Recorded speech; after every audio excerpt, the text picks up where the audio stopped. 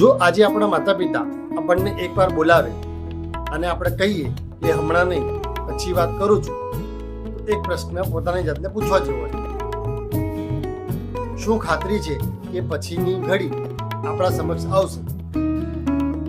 ઘરમાં સૌથી કિંમતી ચીજવસ્તુ મોબાઈલ નથી, પૈસા પણ નથી, ટીવી ફ્રીજ નથી કે ગાડી પણ નથી, પરંતુ સૌથી કિંમતી ચીજ વસ્તુ છે આપણા માતા પિતાની હાજરી. ઘણીવાર તેઓ આપણી રાહ જુએ છે, આપણી જોડે વાત કરવાની ઈચ્છા ધરાવે છે અને આપણે સહજતાથી કહી દઈએ છીએ, હમણાં હું વ્યસ્ત છું. યાદ રાખીએ કે પછીની ઘડ ક્યારે પાછી આવવાની નથી.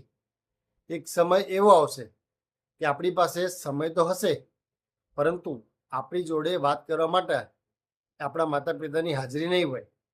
કારણ કે માતા પિતા ફરીથી નહીં મળે, પરંતુ તેમની સાથે વીતેલી પળો આપણને તેમની યાદ અપાવશે. આજનો આપણો દિવસ શુભ રહે. જય માતાજી, જય શ્રી કૃષ્ણ, જય અંબે, વંદે માતરમ, ભારત માતા કી જય.